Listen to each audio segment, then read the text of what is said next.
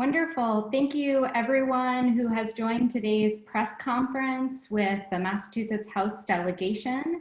We're so grateful for your time this afternoon.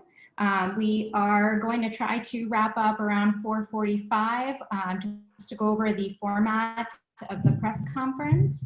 You will hear from each of the members of the delegation present on the call, and then we will open up for questions. We ask you to use the raise your hand function if you'd like to ask a question.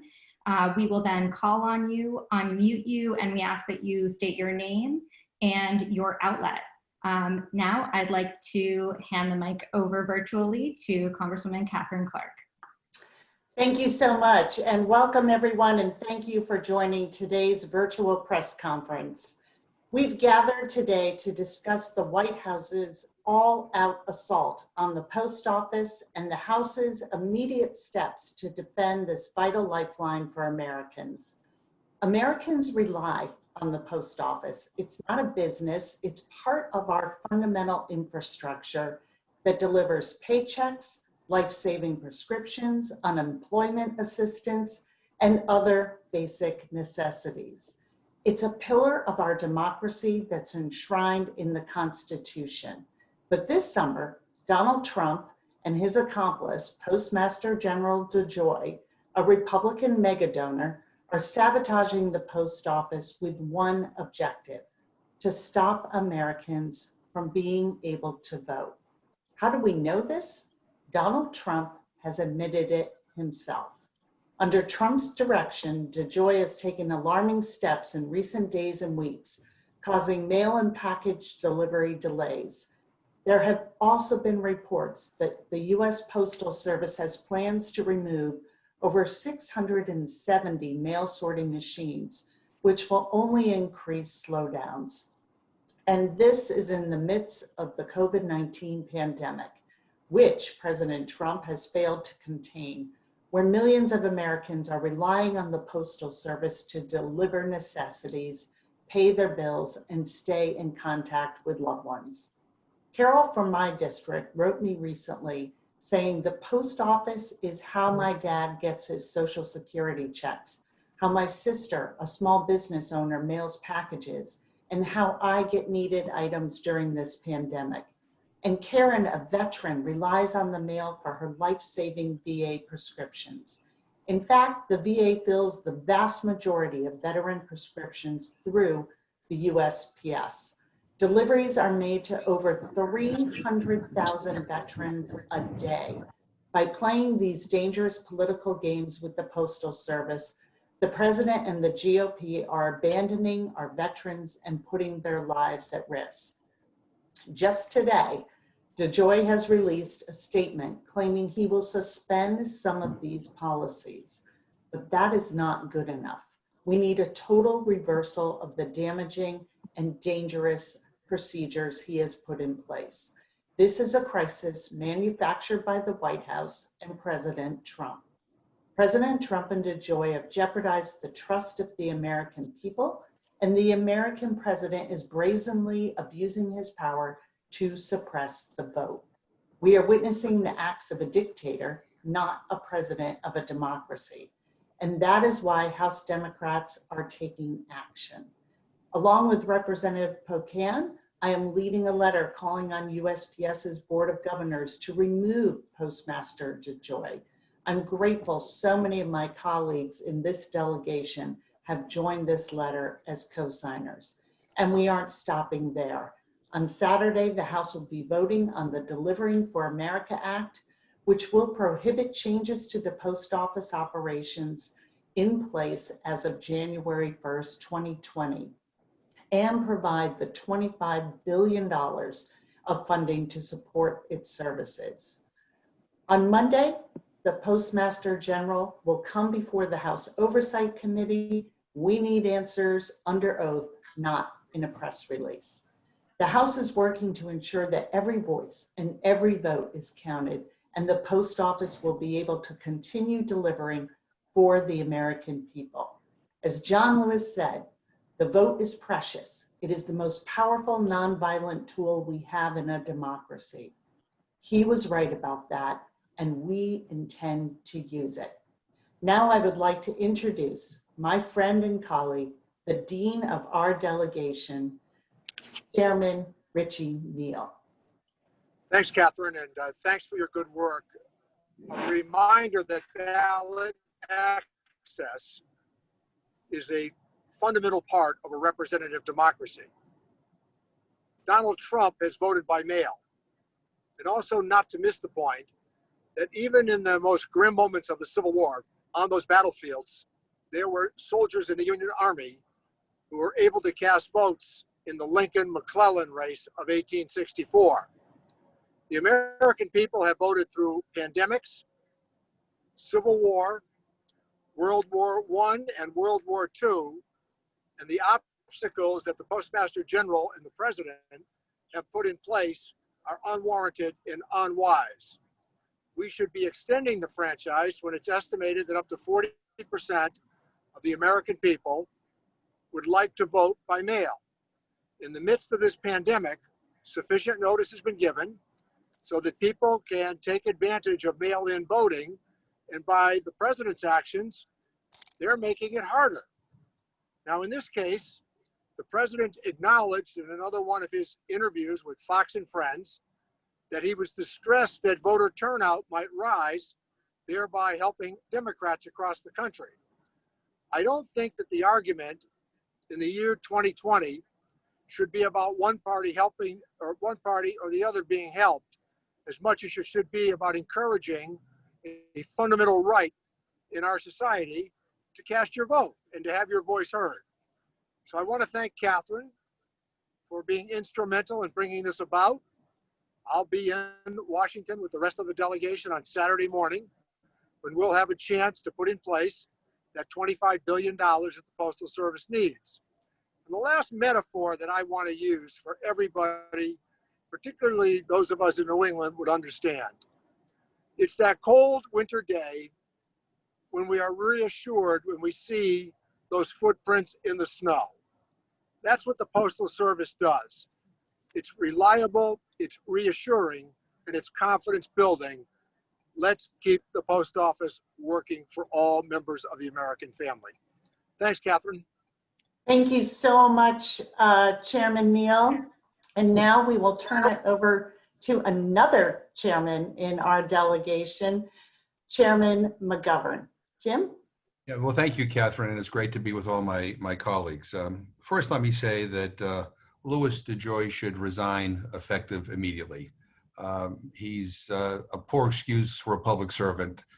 He has disgraced his position, and he is doing Donald Trump's bidding.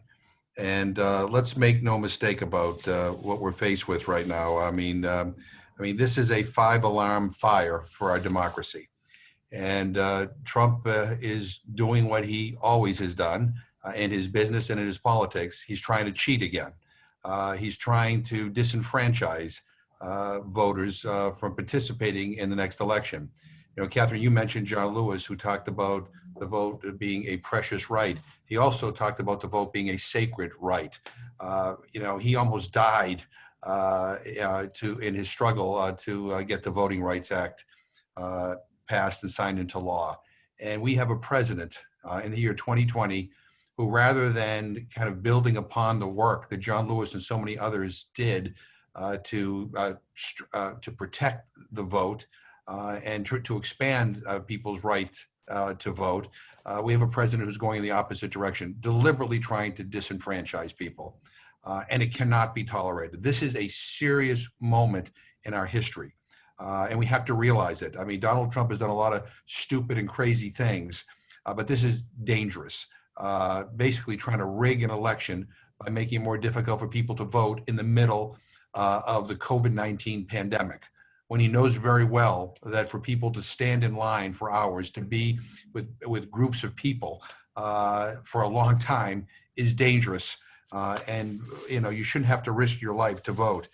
And I would just also say this is, in addition to being about voting rights, I mean, everybody in this country depends upon the Postal Service. For Social Security checks, you mentioned veterans getting their medication by way of mail. A lot of benefits that people get go through the mail. Richie, Neal, and I represent urban areas. We also represent some very rural areas too, where people don't have access to the internet. I mean, the United States Postal Service is even more vital. So what the president is doing is not only cynical, it is cruel, and it is putting the American people last. I mean, but none of us should be surprised, because when you come right down to it, the president always puts himself first and America last. So we're going to fight this. I'm driving back to Washington on Thursday because the Rules Committee is going to meet on Friday. We're going to take testimony and report out the Deliver for America Act, which will reverse all the damaging initiatives that DeJoy put into place, and also provide $25 billion for the Postal Service. So that we will vote on that on Saturday. And again, I am looking forward to getting that done. And also, let me just say one final thing, and that is, people ask, you know, I did a number of events today, people asking, what can we do here in Massachusetts? What you can do is call relatives and friends in other states and have them call their representatives and have them call their senators and have them tell their senators to do something, to tell Mitch McConnell to get off his ass and actually act and do something that's good for the American people. Thank you. Thank you so much, Jim, and thank you for all your work on the Rules Committee. You're always there first, work later, and we really appreciate all that you do. Next, we will move to Congressman Bill Keating, who actually used to be a Postal Service employee. That's right. Am I unmuted now? You are. We can hear you. Thank you so much. Thanks, Catherine, for doing this. Thanks to my colleagues. Indeed, I don't think there's at least with our check, I don't think there's another person in Congress right now that worked in the post office, at least not as long or for a significant period as I did. It was an enormous opportunity when I was paying for my undergrad at Boston College and my master's in business. And I was even working overtime. I understand the value of overtime because the delivery of the mail is not static. It has its peak levels and its other levels, and you need that overtime to make sure you're guaranteeing the service that you have to do. So when you're cutting back on that overtime, you're directly affecting service dramatically. I avoided all the dogs. I got to know every dog that was in the town of Sharon at the time on a first name basis, as I did every function. I was up at 6 o'clock loading the trucks. I was sorting the mail. I was working the post office boxes, special deliveries, and had for a while my own route. So these are things where I got to know the service, how it's appreciated, the value of it. In fact, I left something where there was a 91% approval rating by the public for that governmental service, and now I'm in Congress. So I really suffered through a dramatic reduction in approval, obviously. There's a reason people trust the Postal Service, and my district in particular, it's even more important. I have the oldest district, I've been told, outside of Florida here in terms of age. It's rural areas like the Outer Cape area where people depend on the Postal Service for their prescriptions. They depend on it as a lifeline to relatives. They depend on it because it's essential service. And unfortunately, the president, because he cannot control 50 electoral systems represented by the Secretary of States in each state, and it's decentralized, took an area where it is centralized and it is federal and tried to exert his authority federally on affecting the elections and the voting in those 50 states.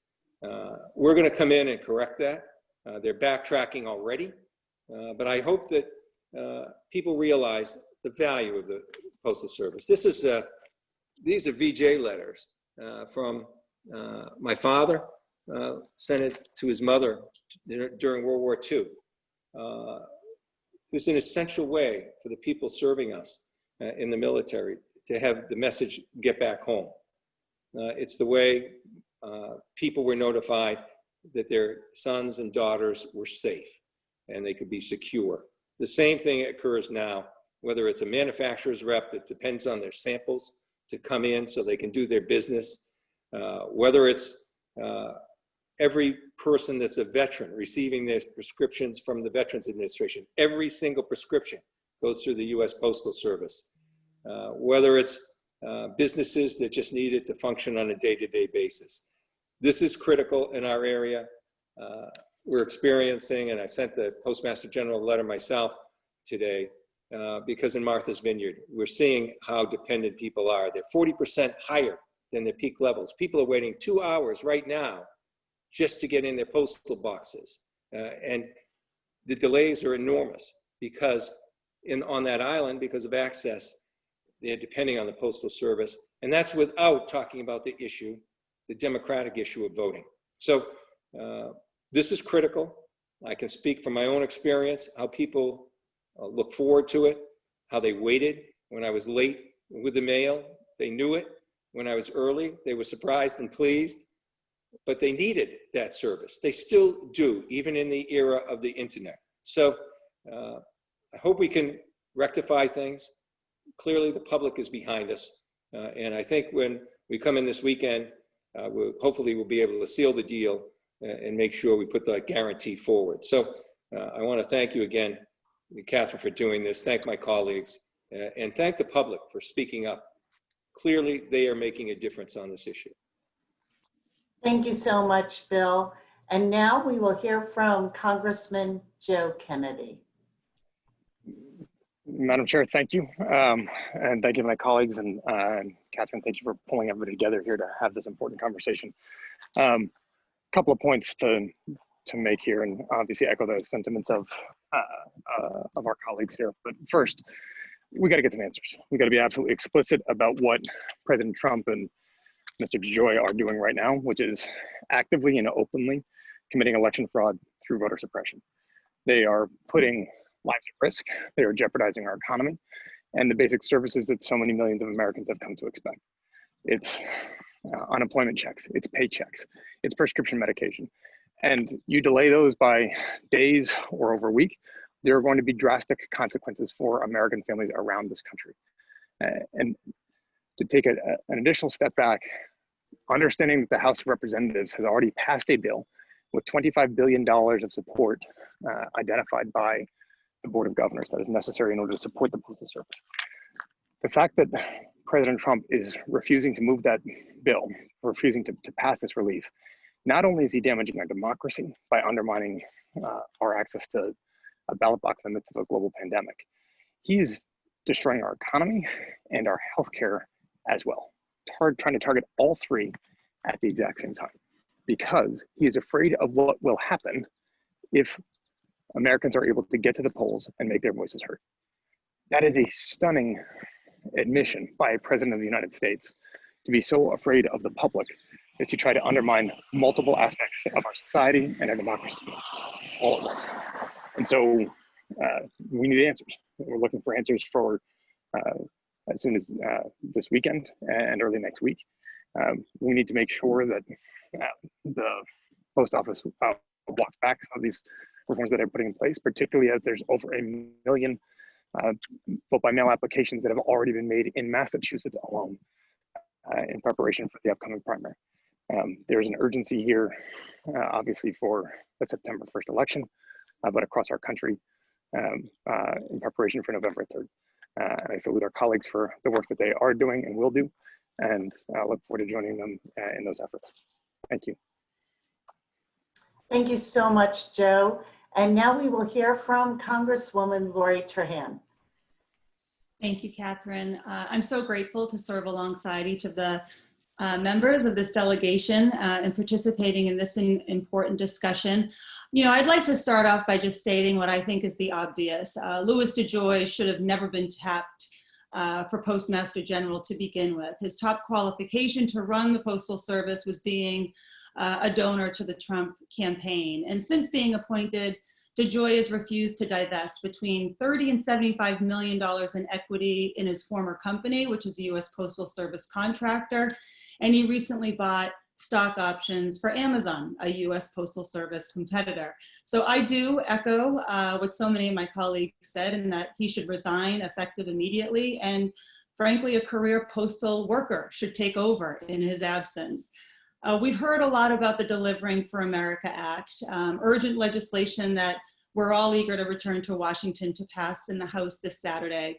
But what a lot of coverage has overlooked recently is how the Postal Service, under the leadership of DeJoy, has tried to downplay and even cover up the human cost of President Trump's politicization of the U.S. Postal Service. You know, my office reached out to postmasters across the 3rd District trying to gather information about exactly what's going on behind their doors. And we've explained that we're hearing and seeing reports about mail sorting machines being taken out of facilities and mailboxes being removed or locked.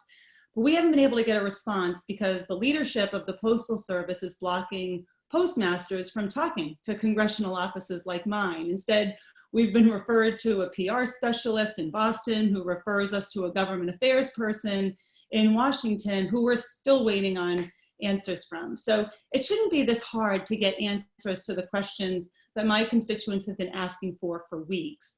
It's no coincidence that my office has been contacted more than 5,000 times by residents of the 3rd District expressing their concerns about the Trump administration's ongoing effort to undermine the Postal Service.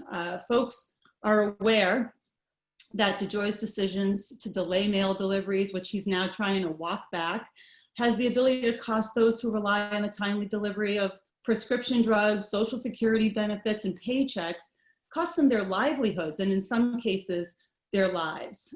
In the last 24 hours alone, we've heard from a constituent whose monthly asthma rescue inhaler was delayed a week, forcing him to place an emergency call to his physician to find the best way to move forward without access to the prescription he needs to make it through the day.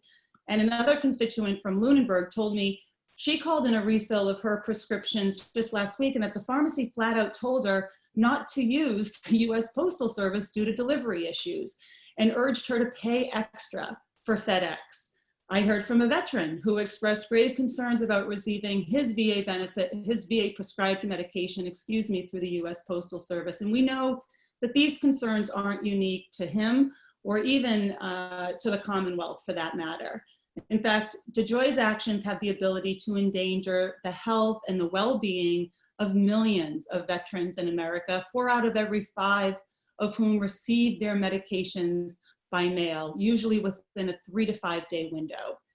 And now, as has already been stated, but I'll emphasize once again, the very foundation of our democracy, Americans' ability to make their voices heard at the ballot box, hangs in the balance while President Trump openly admits to withholding much needed aid for the Postal Service in an attempt to sow confusion and chaos this November. The last thing I'll say is I'm honored to sit on the Armed Services Committee with Congressman Keating. I've grown increasingly concerned about the ability of more than 900,000 of our service members deployed abroad or stationed outside of their voting residence to cast their vote via absentee ballot. Members of our nation's military often face challenges exercising their right to vote. And we ask these heroes to defend our democracy every day. They deserve to exercise the same rights they're fighting to protect by fully participating in our democracy and casting their vote by mail. So this Saturday, the House will take action to save the Postal Service, and we expect that effort to be bipartisan. And then the question now becomes whether President Trump will give Mitch McConnell permission to finally listen to his constituents and to Americans across the country who are crying out for action to save the US Postal Service. Thank you.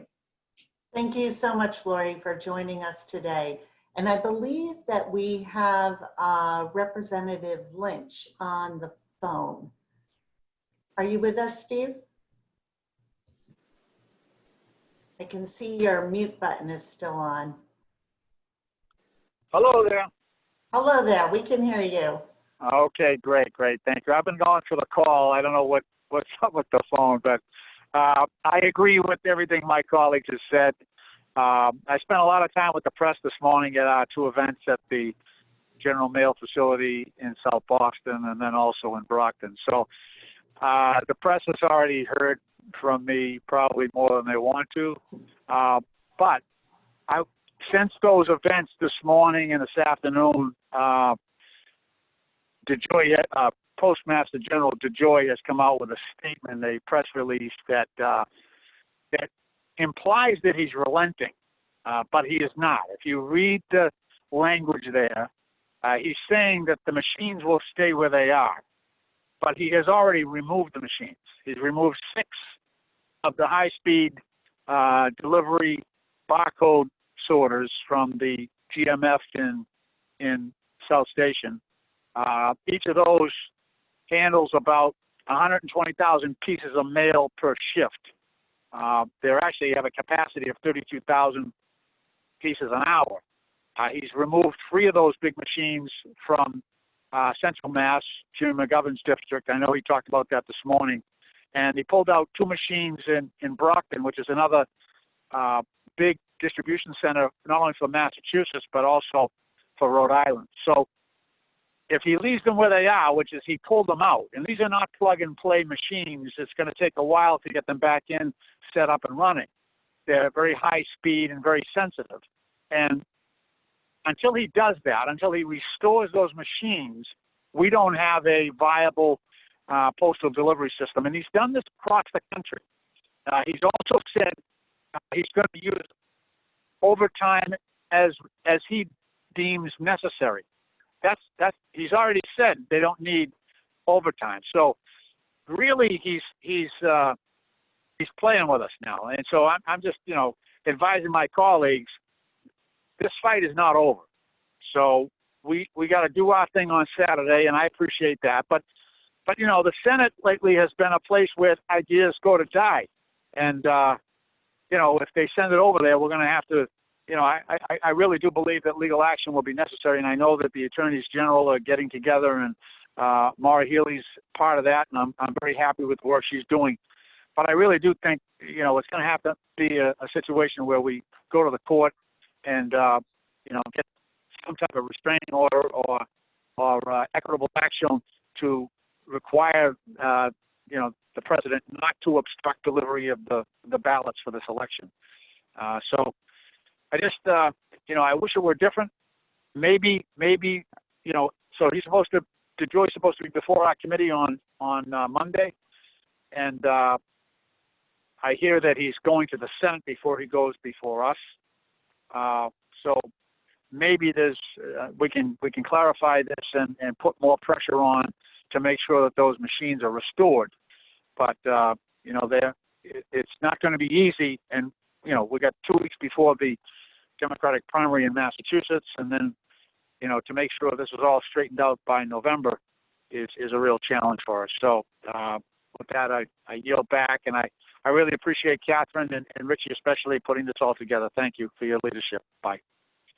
Thank you so much, and thank you for your longtime advocacy for the Postal Service in your position on the Committee of Oversight. But want to just remind reporters before we move to Congresswoman Presley that if you have a question, which we'll do right at the conclusion of Ayanna's remarks, please raise your hand in the chat function. And with that, thank you so much for joining us, Congresswoman Presley. Thank you so much. Thank you, Madam Chair, and thank you, Chairman Neal, as well, for bringing us all together. And, frankly, I'm really angry that in the middle of a global pandemic and an economic crisis that we are having to spend critical time and energy defending the United States Postal Service and our dedicated postal workers from these manufactured attacks by this corrupt and callous administration. We know what's at stake here, and all of you have enumerated that, and so I associate myself with the words of my colleagues. The USPS is essential to every facet of society, but might I add, this is not only about saving them in the interest of our democracy, the USPS, and the critical services that they provide, the reliable services that they provide, despite this administration's attempts to undermine our faith and our confidence in the U.S. Postal Service and in our postal workers and letter carriers. I have confidence in them, and we owe them. This is a hell of a way to repay 600,000 letter carriers who are essential workers in the midst of this pandemic, putting themselves in harm's way to ensure that people could receive stimulus checks and medications. So this is not only about the lives that they serve, this is about their very livelihoods. And I have heard, like all of my colleagues, from employees, and they did that with great trepidation. They take honor in the work that they do. They are very worried about what is happening, but they also fear retribution. That is very real. And so they are risking their livelihoods even by calling, because they are so concerned about the integrity of the USPS and the integrity of our elections being compromised. Because let's be clear, slowing down the mail is just a voter suppression tactic, plain and simple. We have to call it out for what it is, shameful and predictable. But again, just today, a retired postal worker who dedicated 32 years of his life serving the Boston community told me that the mail sorting machines made his work easier, and removing them is disastrous. And so we can't take the bait. There's always a bait and switch with this administration. And this letter by Postmaster General DeJoy leaves us with more questions than it does answers, which is why I look forward to questioning him when he comes before the Oversight Committee on Monday. Again, he's donated millions to the president's campaign and the Republican Party. He needs to be held accountable. We need answers on behalf of all of our constituents. And this is just a clear and coordinated attempt to undermine and to sabotage the agency that he's been tasked with leading. And he must be taken into account. With this administration, they're consistent. The corruption is the point, and we cannot allow it to go unchecked.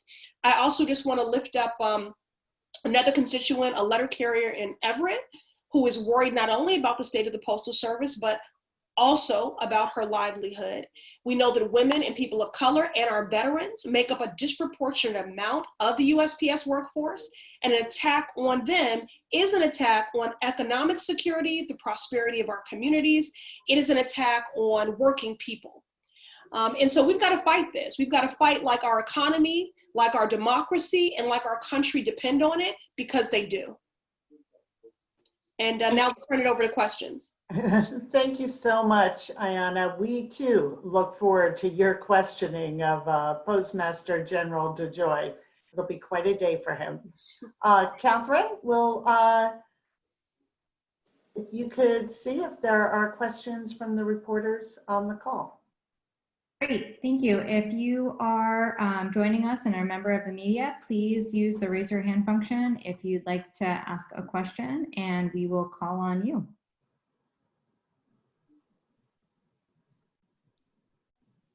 Great. We have a question from Saray. You are live. And please state what outlet you're with. Hey, this is Soraya Wintersmith from WGBH. Can you all hear me? Yes. Yes, we can. Does anyone know the process by which you might get the Postmaster General to bring back the machines that he has already removed? If we pass this bill, Yeah, that's what that requires. you know, the bill will require him to do that, plus we'll provide $25 billion for the Postal Service.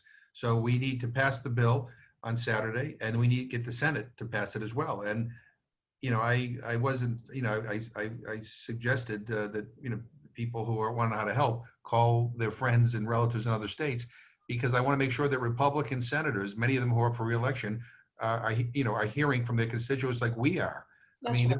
yeah, there are places like Maine, for example, that rely even more heavily on the post office to be able to deliver mail and other services. So so that's how we do it. I mean, and that's why we're going back. Excellent. And is anybody in contact with anybody in the Senate that makes you optimistic that this will pass?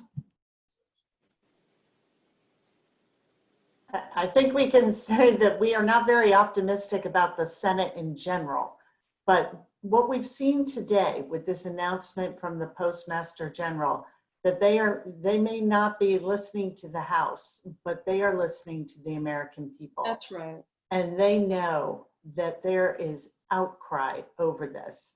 Not only is this about everything that we've talked about, receiving checks and prescriptions, but people understand that their vote is at stake. And this administration has once again pushed beyond all norms and shown their corruption by trying to roll back the services and slow walk the mail. Donald Trump told us he's afraid of what those ballots will hold. And so he doesn't want to see them counted this fall. It is more voter suppression, and the American people are with us in saying they are not going to stand for this. And that's the pressure that can influence the Senate. Absolutely. And it certainly contributed to, why DeJoy will be coming before the House. It has everything to do with that. Certainly our own advocacy, many of us on this call were the first to call for DeJoy's resignation, or I was calling for him to be subpoenaed to come before the committee, to take him to account for these efforts to undermine and to sabotage the agency. So I echo all the sentiments expressed by my colleagues. We need people to continue to call, to continue to email. This is not a Republican or a Democratic issue. Again, it's infuriating that we're having to fight to defend the United States Postal Service. Donald Trump, the American people, they see through those tweets. How disingenuous. Save the USPS?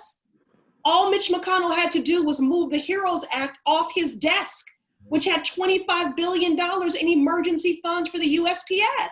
So these people are playing with people's lives and their livelihoods and our democracy. So DeJoy needs to resign because he is an accomplice in this and has been carrying the water for Donald Trump and this administration on this. Donald Trump knows that his failings are on the ballot. And so what he's resorting to now is cheating and stealing. So DeJoy needs to resign. I look forward to questioning him on Monday when he comes before the Oversight Committee. The HEROES Act should be moved from Mitch McConnell's desk and passed immediately. And we're also going to vote to pass this bill on Saturday, which will provide those emergency funds, but also restore those machines and the harm that has been done. Yeah. Reverse those harms. And if I could, Catherine, am I on? It's Bill Keating. Yeah, we can hear you. It's an important point to underscore here. The president isn't just using his leverage with the Postal Service to suppress the vote. He's also using, in conjunction with that, the leverage that's there with the fear of the coronavirus itself. Not only is the post office strained because of the coronavirus effect, because of what I mentioned in the extreme case in Martha's Vineyard, but also it's the fear that people have of contracting the virus, that they won't be able to social distance, that they'll be in crowds at the voting center. It's the fear that they're taking the virus that they might catch there, even if there's no symptoms, and bring it back to their elderly parents or to their family. This is what he's leveraging too, in a very cynical way. He's leveraging the effects of the coronavirus and the pandemic itself to suppress the vote by not allowing the safer alternative of voting by mail so they can cast the vote. And that is really, as disturbing as it is that he's misusing his influence on the Postal Service, he is again using the fears of the coronavirus spreading as leverage, and this time to suppress the vote itself. Thank you. Thank you all for that answer. I think that may be our only question. Catherine, are there any more? We've got one more, and this is from Robert Mills. Robert, please state your outlet, please. With the Lowell Sun. Go ahead. Thank you. Hear me? Okay. My question, you just got done talking about the fact that the people's outrage over this is a tool to kind of pressure action. But correct me if I'm wrong, ultimately President Trump would have to sign all of these bills. And I'm not sure what the likelihood of that is, but say you guys fight this fight and you do what you can and nothing changes. Do you have any advice for the voters out there who are worried about their votes making it in the mail? Do you have any kind of recommendations for them aside from writing to your legislator? What else can you do to kind of protect your own vote? That's a great question. I'm glad you brought it up. We should encourage people to vote early in the vote by mail process. People should also be aware they can take their ballots and drop it by their town or city clerk's office. There's depositories that should be there as well. So thank you for asking the question. That's one thing that should be done regardless, because the stress on the Postal Service is going to be great even if we're successful doing all the things that we're working to do. Yeah, if I could just add, just because so many of the answers have covered a lot of ground, but I just want to remind folks that the post office has the highest approval rating of any government agency, right? I mean, to Congresswoman Presley's point, this is not Republican or Democrat. I mean, and I do think the time is now for citizens across the country to have their voices heard in terms of the outrage of suppressing their power, their voice at the ballot box. I mean, I do think senators are going to have to listen to what their constituents want. The president is going to have to listen to what Americans want. So I do think that's a really important aspect of, going into Saturday's vote. I think it's really important that we do an up and down vote on this piece of legislation. I'm sure the Republicans are going to try a bunch of tricks to try to negotiate something or put something in there. An up and down vote on just this issue is what's required right now, because I, for one, want to know which Republicans are against having the post office protecting the integrity of our U.S. Postal Service. And I don't think anyone is going to be able to avert their eyes on, those who vote no on this bill. Yeah. That's right. The people are watching. And we just want to remind folks, too, that this $25 billion figure comes from the Postal Service Board of Governors, which are Republican appointees, many of whom are Trump appointees. This is not a figure that we pulled out of thin air. This is what the Postal Service's Board of Governors says that they need. And Lori's absolutely right. This public pressure is going to continue to mount. And we are telling our constituents, vote early, return those ballots as soon as you get them. Make sure you know if there is a ballot box that your community has set up specifically to drop them off in, or as Congressman Keating said, that you can go to your town hall or city hall and drop them off in person. But we are going to do everything we can to protect the vote. And the only reason that DeJoy issued his statement today is because of the public outcry over this very visible corruption. And I just also say that we also have to make sure we protect in-person voting as well, because we have early voting in Massachusetts, so we're going to have to. This is a war we have to fight on all fronts here, because this administration is deeply committed to voter suppression. So it is important that we keep that in mind. And let me just say one final thing here. Look, this isn't a Democratic or Republican issue. But let's be honest, our Republican colleagues in the Senate have to grow a spine. They have to stand up to this president who is doing this basically to try to make sure that every vote doesn't count.